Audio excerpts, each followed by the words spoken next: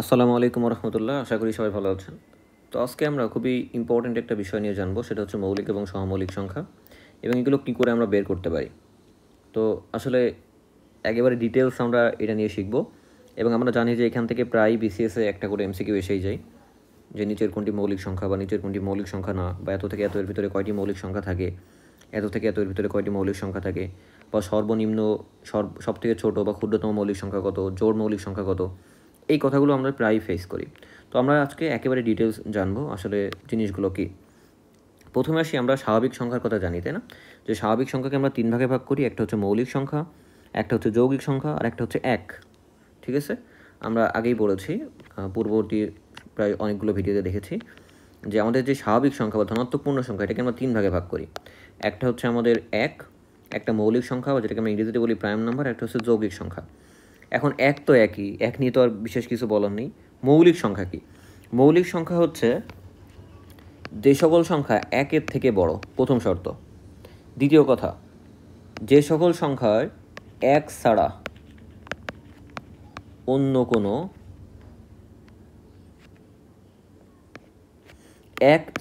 আরেকটু যোগ করি আমরা, যে সকল সংখ্যা একের থেকে বড়, প্রথম কথা। দ্বিতীয় কথা, যে সকল সংখ্যা এক এবং ওই সংখ্যা ছাড়া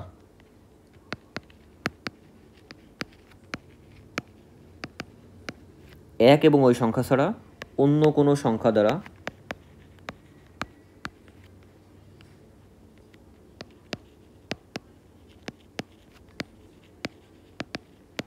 বিভাজ্য না। তাহলে এই সকল সংখ্যাকে আমরা বলবো হচ্ছে মৌলিক সংখ্যা। বোঝা গেল? তাহলে যে সকল সংখ্যা এক থেকে বড় এবং এক এবং ওই সংখ্যা দ্বারা ওই সংখ্যা আর হচ্ছে বিভাজ্য না।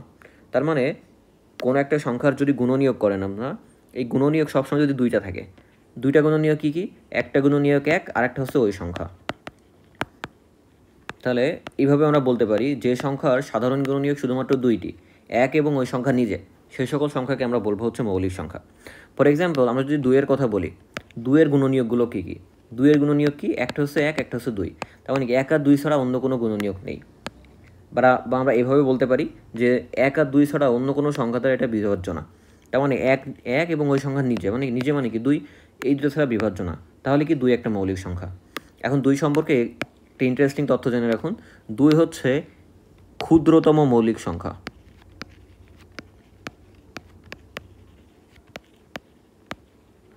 ঠিক আছে, এবং একমাত্র জোড় মৌলিক সংখ্যা।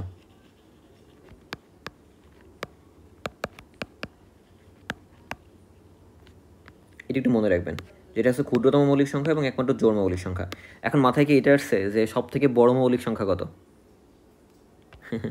সব থেকে বড় মৌলিক সংখ্যা আসলে বের করা সম্ভব না, এটাকে বলা হয় অসীম। ঠিক আছে, অসীম হচ্ছে সব থেকে বড় মৌলিক সংখ্যা। তবে রিসেন্টলি অনেক বইতে আপনি পাবেন যে মানে রিসেন্টলি আমরা বিভিন্ন গবেষণার মাধ্যমে বের করেছি যে সব থেকে বড় মৌলিক সংখ্যাটি হচ্ছে 2^8258933 -1। ধারণা করা হয় সব থেকে বড় মৌলিক সংখ্যা এটা। কি কি?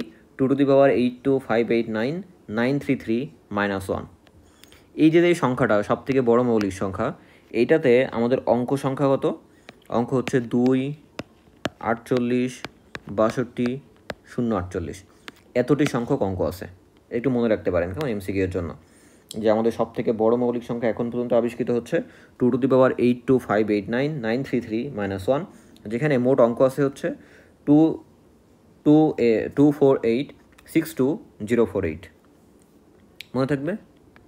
আচ্ছা, এখন আসি তাহলে আমরা মৌলিক সংখ্যা তো চিনলাম, তাহলে যৌগিক সংখ্যা কি? যৌগিক সংখ্যাকে আমরা ইংরেজিতে বলি কম্পোজিট নাম্বার। তার মানে কি, যে সকল সংখ্যার এক এবং ওই সংখ্যা বাদেও আরও অনেক সাধারণ গুণনীয়ক আছে, বা আমরা এভাবে বলতে পারি যে সংখ্যাকে এক এবং ওই সংখ্যা দ্বারাও অন্যান্য সংখ্যা দ্বারা বিভাজ্য হয়, সেই সকল সংখ্যাকে আমরা বলবো হচ্ছে যৌগিক সংখ্যা। ঠিক আছে, গেল। তাহলে মৌলিক আর যৌগিক সংখ্যা আপনারা চিনতে পেরেছেন। এখন আমরা আসি আরেকটা কথা আমাদের মাঝখানে চলে আসে, যে সহমৌলিক সংখ্যা কত, বা সহমৌলিক সংখ্যা জিনিসটা কি? সহমৌলিক হচ্ছে যদি দুইটা সংখ্যার কথা চিন্তা করি, আমরা ধরলাম 7 এবং 25। এখন চিন্তা করুন, এই 7 এবং 25-এর ভিতরে কোনো সাধারণ গুণনীয়ক আছে কিনা? নেই, তাই না? কিন্তু একটা আছে, এইটারও এক একটা গুণনীয়ক, এটারও এক একটা গুণনীয়ক। এরকম দুই বা ততোধিক সংখ্যার ভিতরে যদি এক ব্যতীত আর কোনো সাধারণ উৎপাদক বা সাধারণ গুণনীয়ক না থাকে তখন সেটাকে আমরা বলি পরস্পর সহমৌলিক। তাহলে এরা পরস্পর সহমৌলিক। তাহলে সহমৌলিক বোঝা গেল। সহমৌলিক হচ্ছে সেই সমস্ত সংখ্যা যাদের ভিতরে এক ব্যতীত অন্য কোনো সাধারণ গুণনীয়ক নেই বা সাধারণ উৎপাদক নেই। তাহলে এক ব্যতীত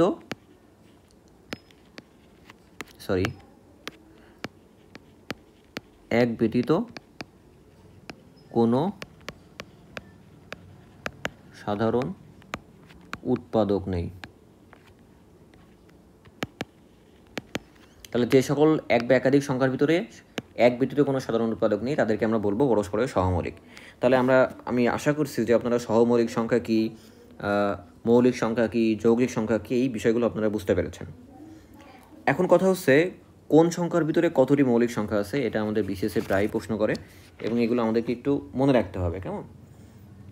ফর এক্সাম্পল আমরা যদি বলি যে 1 থেকে 100-র ভিতরে মৌলিক সংখ্যা কত আছে,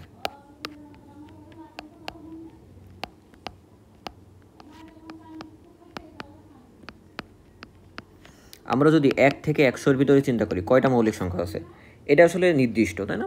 যে এটা হচ্ছে 25টা, এটা আমরা জানি। আবার যদি বলি 101 থেকে 200-র ভিতরে কয়টা মৌলিক সংখ্যা আছে, এটাও নির্দিষ্ট, 200। কয়টা আছে? 21টা। আবার যদি বলি 201 থেকে 300-র ভিতরে কয়টা মৌলিক সংখ্যা আছে, এটাও আমরা জানি, 16টি। আবার যদি বলি 301 থেকে 400-র ভিতরে কয়টা মৌলিক সংখ্যা আছে, এটাও আমরা জানি, 16টা। আবার যদি বলি 401 থেকে 500-এর ভিতরে কয়টা মৌলিক সংখ্যা আছে, এটাও তো আমরা জানি, তাই না, 17টা।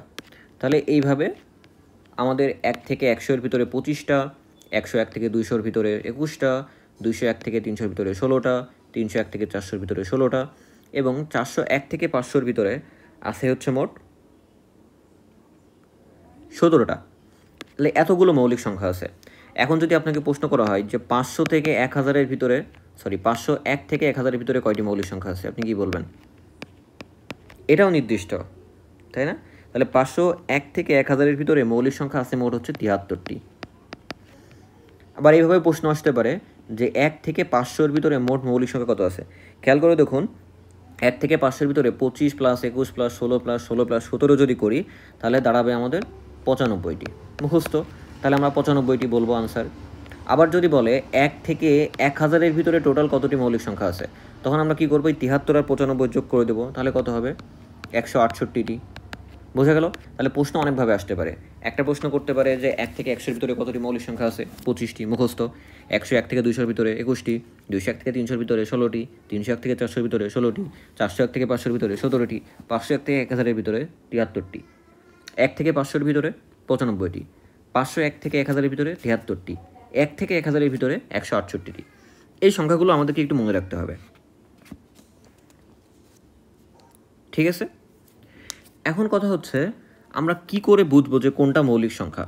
আমরা 1 থেকে 100 পর্যন্ত যে সংখ্যাগুলো আছে এটাই আমরা ধরলাম যে আমরা কি করে বুঝবো যে 1 থেকে 100 পর্যন্ত যে সংখ্যাগুলো আছে সেগুলো মৌলিক কিনা। এটা খুব ইজি একটা টেকনিকে আমরা ব্যবহার করতে পারি, এটা একটু মনে রাখতে পারেন আপনারা যে আমরা কী করে বুঝবো 1 থেকে 100 ভিতরে কোনো সংখ্যা যদি আমাদের সামনে আসে সেটা মৌলিক কিনা। মনে রাখবেন 3টা সংখ্যার কথা মনে রাখবেন, একটা হচ্ছে 49, একটা 77, একটা হচ্ছে 91। এই যে 3টা সংখ্যা এই তিনটা সংখ্যা বাদে বাকি যে সংখ্যাগুলো আছে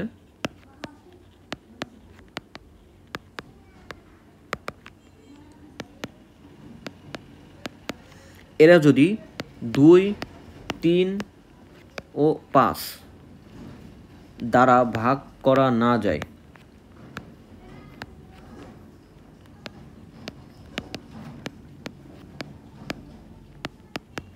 তবে তারা মৌলিক।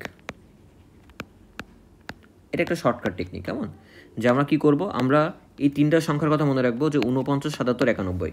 এই 3টা সংখ্যা বাদে 100-র ভিতরে যে কোনো সংখ্যা যদি আসে সেটাকে আমরা 2, 3 আর 5 দ্বারা ভাগ করে দিব। যদি এটা দিয়ে ভাগ করা না যায় তাহলে মনে রাখবো এটা হচ্ছে মৌলিক সংখ্যা, ঠিক আছে? এখন আসুন আমরা এই মৌলিক সংখ্যাগুলো কী করে মনে রাখতে পারি যে কতর ভিতরে কত আছে? এটা বারবার প্রশ্ন আসে বিসিএসে যে 31 থেকে 40-এর ভিতরে কয়টি মৌলিক সংখ্যা আছে, এটাও একটা বিসিএসে প্রশ্ন এসেছে। ঠিক আছে, সুতরাং এইভাবে আমাদের প্রশ্নগুলো আসতে পারে। তাহলে আমরা এটা মনে রাখবো কী করে? একটা হচ্ছে, আমরা তো অলরেডি পড়ে ফেলেছি যে 1 থেকে 100 পর্যন্ত মৌলিক সংখ্যা আছে হচ্ছে 25টি। এখন যদি আমরা 10 করে ভাগ করি, 1 থেকে 10, 11 থেকে 20, তারপরে 21 থেকে 31, 21 থেকে 30, 31 থেকে 40, তারপরে হচ্ছে 41 থেকে 50, 51 থেকে 60, 61 থেকে 70, 71 থেকে 80, 81 থেকে 90, 91 থেকে 100। এই সংখ্যাগুলো যদি সিরিয়ালে আমরা লিখি, তাহলে আমরা প্রথমে 1 থেকে 100-এর ভিতরে আসি। 1 থেকে 100 এর ভিতরে মৌলিক সংখ্যা। তাহলে 1 থেকে 100-এর ভিতরে মৌলিক সংখ্যা কী কী আছে আমরা মনে রাখতে পারি যে আমরা এভাবে লিখি, কেমন?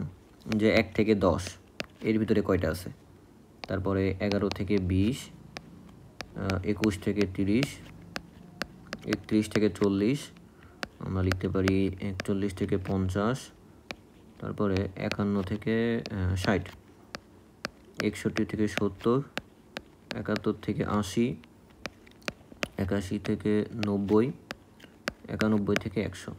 আচ্ছা, এই সংখ্যাগুলো আমরা লিখে নিলাম, কেমন? এখন কত কত আছে আমরা কি করে মনে রাখতে পারি?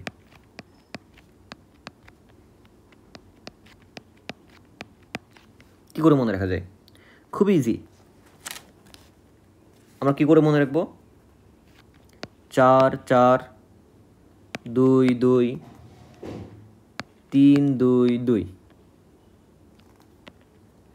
3 2 1। 4 4 2 2 3 2 2 3 2 1। এখন এভাবে মনে রাখতে আপনাদের অনেক কষ্ট হবে আমি জানি। এই কারণে সব থেকে ম্যাজিক্যাল টেকনিক হচ্ছে একটা ডিজিট মনে রাখা, ডিজিট বলছি মানে একটা নাম্বার মনে রাখা। আমরা যেরকম ফোন নাম্বার মনে রাখি না, এভাবে আমরা মনে রাখতে পারি। আপনারা মনে রাখবেন কি? 44 22 32 23 21, এই সংখ্যাটা মনে রাখবেন। আরও যদি কঠিন হয় এক এক করে নেবেন, 44 22 32 23 21। ঠিক আছে, এই সংখ্যাটা মনে রাখবেন যে 1 থেকে 100-এর ভিতরে মৌলিক সংখ্যা কত আছে? 44 22 32 23 21। 44 22 32 23 21। এর মানে হচ্ছে প্রথম 1 থেকে 10-এর ভিতরে 4টি, 11 থেকে 20-এর ভিতরে 4টি, 21 থেকে 30-এর ভিতরে 2টি, 31 থেকে 40-এর ভিতরে 2টি। তাহলে 44 22 শেষ। তারপরে 41 থেকে 50-এর ভিতরে 3টি, 51 থেকে 60-এর ভিতরে 2টি, 61 থেকে 70-এর ভিতরে 2টি, 81 থেকে 80-এর ভিতরে 2টি, আবার 81 থেকে 90-এর ভিতরে 2টি, আর 91 থেকে 100-এর ভিতরে 1টি। এভাবে আমরা সংখ্যাটা দিয়ে মনে রাখতে পারি 44 22 32 23 21 বা 21। ঠিক আছে, এটা মনে রাখলে ইজিলি আমরা মনে রাখতে পারবো। এখন কত কত আছে চলুন আমরা একটু হিসাব করে দেখি কত কত থাকতে পারে। এটা আশা করি আপনারা বুঝতে পেরেছেন। এখন আসি কত কত। আমরা অ্যাটলিস্ট এই 1 থেকে 100-এর ভিতরেরগুলো আমাদেরকে মনে রাখতে হবে, বা 200 পর্যন্ত মনে রাখলে সব থেকে ভালো। আমরা 200 পর্যন্ত শিখবো, কেমন? যে কী কী মৌলিক সংখ্যা আছে, কিন্তু অ্যাটলিস্ট আপনারা চেষ্টা করবেন যে আমরা যাতে এই 1 থেকে 100-এর ভিতরেরগুলো মনে রাখতে পারি। তাহলে কী কী আছে? প্রথমে 1 থেকে 10-এর ভিতরে মৌলিক সংখ্যা কী কী আছে? 2 সব থেকে ক্ষুদ্রতম মৌলিক সংখ্যা, 3 5 7, 2 3 5 7। ঠিক আছে, আবার যদি 11 থেকে 20-এর কথা চিন্তা করি, এর ভিতরে কী কী আছে?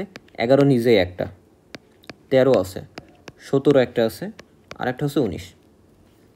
আবার যদি 21 থেকে 30-এর কথা মনে করি, তাহলে কি এইখানে হচ্ছে 21 22 23, 23 একটা আছে, 27 3 9 27 28 14 2 28, আর একটা আছে 29।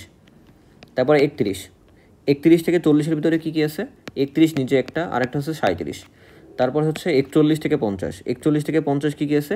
একটা হচ্ছে 41, একটা হচ্ছে 43, আর একটা হচ্ছে 49 48 47।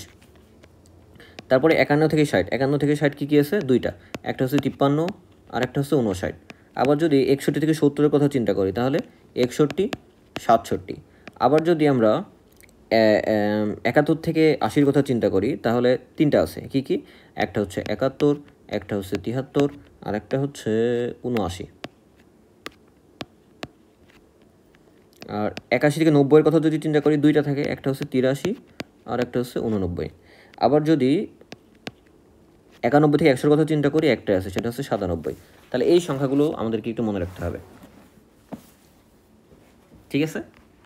এখানে খেয়াল করুন যে 11 থেকে 20-এর পরে একটা সিকোয়েন্স ফলো হয়, খেয়াল করে দেখছেন যে প্রত্যেকটা পরে 1 3 7 9 3 9 1 7 1 3 7 3 9, এভাবে প্রত্যেকটা লাস্টে 1 3 7 9 এই সংখ্যাগুলো আছে, ঠিক আছে?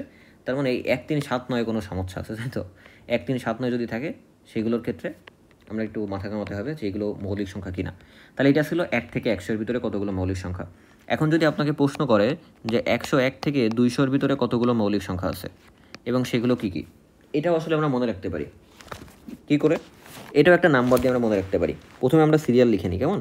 যে আমরা 101 থেকে 110, 111 থেকে 120, 121 থেকে 130, 131 থেকে 140, 141 থেকে 150, 151 থেকে 160, 161 থেকে 170, 171 থেকে 180, 181 থেকে 190, 191 থেকে 200। এই যে সংখ্যাগুলো, এই সংখ্যার ভিতরে কতগুলো আমাদের আছে, মৌলিক সংখ্যা আছে। এটাও আমরা ইজিলি মনে রাখতে পারি। এটার জন্য আমরা একটা নাম্বার মনে রাখবো। কি নাম্বারটা মনে রাখবেন, একটু আলাদা করে দিয়ে লিখে দিচ্ছি। 41 13 12 22 14, ঠিক আছে? 41 13 12 22 14 এই সংখ্যাটা হচ্ছে কি, কেন মনে রাখবো? এটা হচ্ছে আমাদের 101 থেকে 200-এর ভিতরে যতগুলো মৌলিক সংখ্যা আছে। তার মানে কি, আমাদের 101 থেকে 110-এর ভিতরে 4টি, তারপরে 111 থেকে 120-এর ভিতরে 1টি, 121 থেকে 113-এর ভিতরে 130-এর ভিতরে 1টি, 131 থেকে 40-এর ভিতরে 3টি, তারপরে 141 থেকে 51-এর ভিতরে 50-এর ভিতরে 1টি, 51 থেকে 60-এর ভিতরে 2টি, 61 থেকে 70-এর ভিতরে 2টি, 71 থেকে 80-এর ভিতরে 2টি, ঠিক আছে? এই যে 2 2 2। আরেকটা কি, আমাদের 181 থেকে 194-এর ভিতরে 1টি, 191 থেকে আমাদের 200-এর ভিতরে হচ্ছে 4টি, তাহলে 14। এভাবে আমরা মনে রাখতে পারি। আমরা জাস্ট উপরের সংখ্যাটা মনে রাখবো, 41 13 12 22 14। আর আগেরটা কি ছিল? আগেরটা ছিল হচ্ছে 44 22 32 23 21, ঠিক আছে? এখন কি সংখ্যাগুলো, এগুলো আমরা চাইলে মনে রাখতে পারি। এটা খুব বেশি ইম্পর্টেন্ট না, কিন্তু যদি ভালো পারতে চান তাহলে আরও ভালো করে মনে রাখতে পারেন। কি আছে সংখ্যাগুলো? আমরা সংখ্যাগুলো যদি লিখি তাহলে আমরা লিখতে পারি, প্রথমে 101 থেকে 110-এর ভিতরে 4টি সংখ্যার কথা আমরা মনে রাখবো। 101, 103, 107, 109। এখানে খেয়াল করে দেখুন লাস্টে 1 3 7 9, খেয়াল করে দেখেছেন? আবার যদি 111 থেকে 120-এর ভিতরে যায়, একটা সংখ্যায় আছে, সেটা হচ্ছে 113, এখানেও লাস্টে কত 3। আবার 121 থেকে 130-এর ভিতরে যদি যাই, একটা সংখ্যায় আছে 127, দেখুন লাস্টে 7। আবার 131 থেকে 140-এর ভিতরে 3টা সংখ্যা আছে। 3টা সংখ্যা কি? একটা হচ্ছে 131 নিজে, একটা হচ্ছে 137, আর একটা কি, অবভিয়াসলি 139, লাস্টে 9, তাই না? আবার যদি 141 থেকে 150-এর কথা চিন্তা করি, আমাদের একটা সংখ্যায় মাথায় আসবে, এটা হচ্ছে 149। আবার 151 থেকে যদি 60-এর কথা চিন্তা করি, 2টি সংখ্যা, একটা হচ্ছে 151 আর একটা হচ্ছে 157। আবার যদি 161 থেকে 170-এর কথা চিন্তা করি, তাহলে হচ্ছে 163 আর একটা হচ্ছে 167। আবার যদি 171 থেকে 180-এর কথা চিন্তা করি, তাহলে 2টা সংখ্যা মনে রাখবো, 173 179। আবার যদি 180 থেকে 191-এর কথা চিন্তা করি, একটা সংখ্যা আছে 181। আর যদি 191 থেকে 200-এর কথা চিন্তা করি, 4টা সংখ্যার কথা আমাদের মনে রাখতে হবে, 191, 193, বাকিগুলো আপনারা জানেন, 197 আর একটা হচ্ছে 199।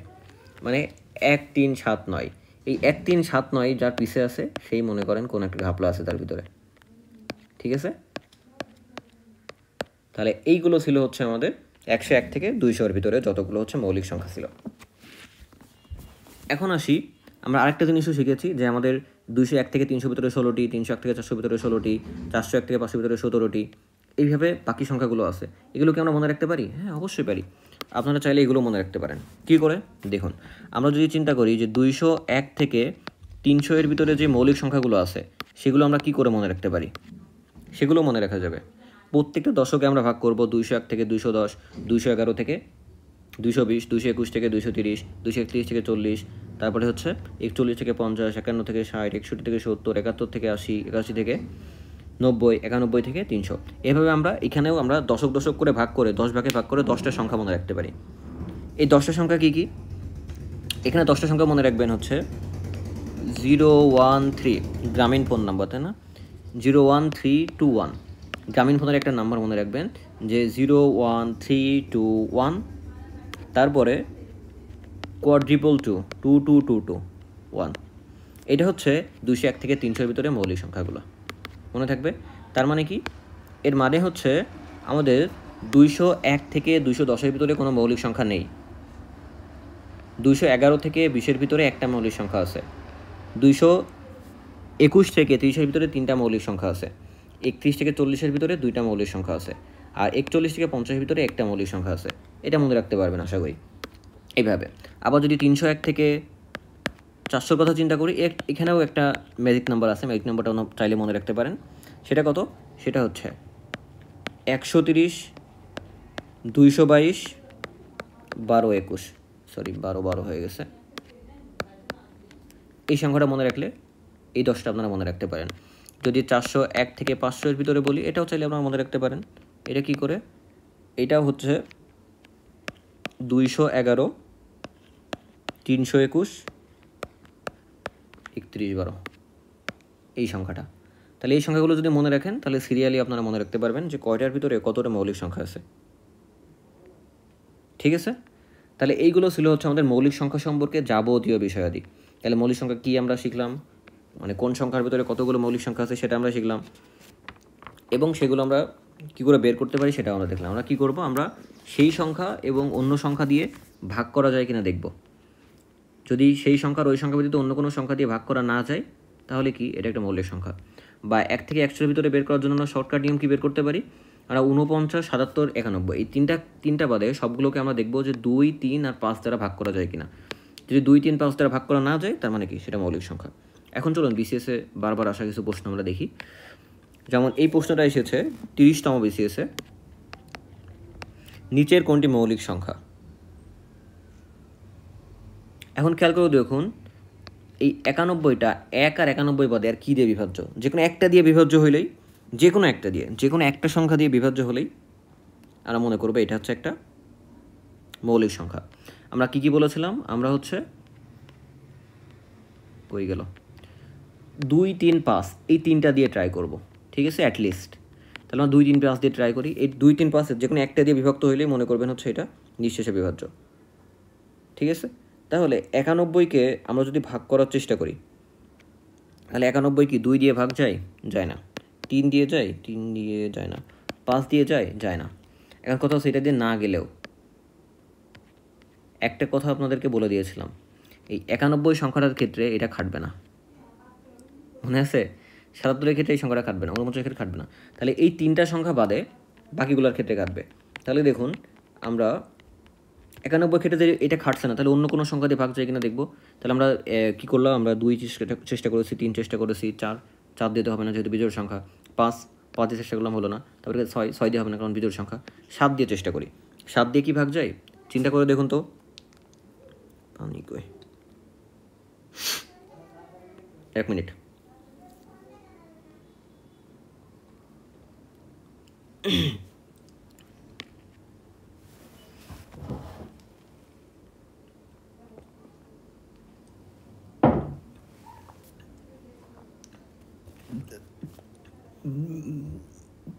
সরি, ঠিক আছে, কইছিলাম 91। তাহলে 91, 77 আর 49 এই তিনটা সংখ্যা বাদে বাকিগুলোকে আমরা 2, 3, 5 দিয়ে ভাগ করবো। এখন 91 যেখানে চলে আসছে, তো 91 কি অন্য সংখ্যা দিয়ে ভাগ করা যায়? দেখুন 7 দিয়ে যদি ভাগ করি কত হয়? 7, 13, 91, তার মানে 7 আর 13 দুইটা পেয়ে গেলাম। যেহেতু পেয়ে গেছি আর করার দরকার নেই, একটা ভাগ করা যায় মানে কি এটা বিভাজ্য, তার মানে এটা হচ্ছে মৌলিক সংখ্যা না, তাহলে এটা ক্রস। এবার আসুন 143। 143কে আমরা কি করব?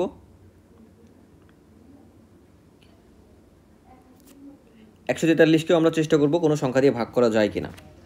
তাহলে আমরা কি করব? আমরা 2, 3, 5 দিতে চেষ্টা করতে পারছি না, কারণ এটা হচ্ছে 100 পর্যন্ত খাটে। তাহলে আমরা কি করতে পারি? এর পরে যে সংখ্যাগুলো আছে সেগুলোতে ভাগ করার চেষ্টা করতে পারি। তাহলে প্রথমে আমরা কি করব? আমরা 11 থেকে শুরু করব। তাহলে 143কে যদি আমরা 11 দিয়ে ভাগ দিই কত হয়? 143 ভাগ 11 কত দাঁড়ায়? 13। তাহলে এটা ভাগ করা যাচ্ছে, তাহলে এটা মৌলিক সংখ্যা না। 47-এ আসি। 47 সংখ্যাটা কি 1 আর 47 ব্যতীত 2 বা 3 দিয়ে, এটা যেহেতু 100 এর কম, তার মানে কি করবো? আমরা 2, 3, 5 দিয়ে ভাগ করার চেষ্টা করবো। তাহলে 2 দিয়ে ভাগ করি। 47কে 2 দিয়ে ভাগ যায়? যায় না, সরি। 3 দিয়ে ভাগ যায় কি? 3 দিয়েও ভাগ যায় না। 5 দিয়ে যায় কি? 5 দিয়ে যায় না। তার মানে কি এটা মৌলিক সংখ্যা। 87কে চিন্তা করি, 3, 2, 5। তাহলে 87কে আমরা প্রথমে 2 দিয়ে ভাগ করি। 2 দিয়ে ভাগ করলে যায় কি? যায় না। 87কে 3 দিয়ে যদি ভাগ করি, 3 দিয়ে ভাগ করলে যায়, কত হয়? 3 দিয়ে ভাগ করলে 29 হয়। তার মানে কি এটা মৌলিক না। তাহলে মৌলিক সংখ্যা কত হলো? 47। বোঝা গেল? এভাবে আমরা বের করবো। আমরা কী করবো? আমরা 100 এর ভিতরে যদি হয়, 100 এর ভিতরে হলে আমরা 49, 77, 91 এই তিনটা সংখ্যা বাদে বাকি সবগুলোকে 2, 3, 5 দিয়ে ভাগ করব। যে কোনো একটা দিয়ে ভাগ গেলেই সেটা মৌলিক না, আর ভাগ না গেলে মৌলিক। তাহলে এইটা খাটে কোন ক্ষেত্রে? আমরা 47 কেটে দেখলাম খেটে গেছে, তার মানে 47 একটা মৌলিক সংখ্যা। এখন যদি 100 এর বেশি বড় হয় তাহলে কি করবো? আমরা 11 থেকে ভাগ দেওয়া শুরু করবো। 11, 13, 12 এইভাবে ভাগ দিতে দিতে চলে যাবো, দেখবো কতই গিয়ে মিলে। কেমন? আচ্ছা, আরেকটা সংখ্যা আমরা দেখি। যেমন এখানে দেখুন, এখানে বলা হয়েছে নিচের কোনটি মৌলিক সংখ্যা, কিন্তু এখানে এটা 38তম বিসিএসের একটা প্রশ্ন। এখন এটা মৌলিক সংখ্যা নয়। কেমন? নিচের কোনটি মৌলিক সংখ্যা নয়, তার মানে এখানে যে কোনো একটা সংখ্যা আছে যেগুলো মৌলিক সংখ্যা না। কেমন? তাহলে আমরা এখন চেষ্টা করে দেখি যে কোনটা মৌলিক সংখ্যা না। তাহলে একটা জিনিস চিন্তা করুন, এখানে সবগুলোই কিন্তু নিঃশেষে বিভাজ্য হয়, তাই না? আমরা যদি ভাগ করার চেষ্টা করি তাহলে সবগুলো দেখবেন মোটামুটি ভাগ করতে পারবো কি না? কারণ কি এখানে সবগুলোই মোটামুটি মৌলিক সংখ্যা, শুধুমাত্র একটা মৌলিক সংখ্যা নাই। তাহলে একটা মৌলিক সংখ্যা আমরা কী দিয়ে বের করবো? আমরা বলেছি যে 100 পর্যন্ত হলে আমরা 49, 77, 91 বাদে বাকি যে সংখ্যাগুলো আছে সেগুলো 2, 3, 5 দিয়ে ভাগ করবো। কিন্তু 100 এর বেশি হলে কী করবো? আমরা 11 দিয়ে ভাগ করবো সবগুলোকে, দেখবো কোনটায় যায়। না হলে আরেকটা সংখ্যা দিয়ে ভাগ করবো। তাই আমরা প্রথমে 263 দিয়ে চেষ্টা করি, 11 দিয়ে ভাগ করলাম, যায় না। আবার আমরা যদি 233কে চিন্তা করি, 11 দিয়ে ভাগ করলাম, যায় না। আবার যদি আমরা 253কে চিন্তা করি, 11 দিয়ে ভাগ করুন, চলে যায়। তার মানে কি আমরা কালপ্রিট পেয়ে গেছি। এটাকে 11 দিয়ে যদি ভাগ করে দিই, আমাদের ভাগফল কত হয়? 23 হয়। তার মানে কি এইটা মৌলিক সংখ্যা না। বোঝা গেল? এখন ধরুন 11 দিয়ে ভাগ করেও কোনোটা পেলেন না, তখন কি করবেন? তখন আবার 12 দিয়ে করবেন, আবার 13 দিয়ে করবেন, এভাবে আগাইতে যাইতে হবে। ঠিক আছে? এখন আসি 1 থেকে 30 পর্যন্ত কয়টি মৌলিক সংখ্যা আছে? 1 থেকে 30 পর্যন্ত কয়টি মৌলিক সংখ্যা আছে? আমি তো শিখিয়েছি, বলুন তো। এই সংখ্যাটা মনে আছে কি? সংখ্যাটা মনে থাকলেই হবে। সংখ্যাটা কী ছিল 1 থেকে 30 পর্যন্ত মৌলিক সংখ্যা বের করার? আমাদের প্রথম কী ছিল? 44, 22, 32, 23, 21। তাহলে 30 মানে কি? 30 মানে 1, 2, 3, তার মানে 4, 4, 2, 4 আর 4, 8 আর 2, 10। তাহলে কয়টা হবে? 10টি। এটা বিসিএসের প্রশ্ন। ঠিক আছে? এইরকম প্রশ্ন আসতে পারে। এটা 10ম বিসিএসে এসেছিল, 10তম বিসিএসে। তারপরে আরও আমরা দেখি নিচের কোন সংখ্যাটি মৌলিক। এটা অলরেডি করলাম না মনে হচ্ছে? 47 মৌলিক হয়েছে অলরেডি করা। 2 এবং 32-এর মাঝে কয়টি মৌলিক সংখ্যা আছে? তাহলে খেয়াল করুন যে 1 এবং 32-এর মাঝে কয়টা আছে? 1 এবং 30-এর মাঝে, 1 এবং 30-এর মাঝে আমাদের মৌলিক সংখ্যা ছিল হচ্ছে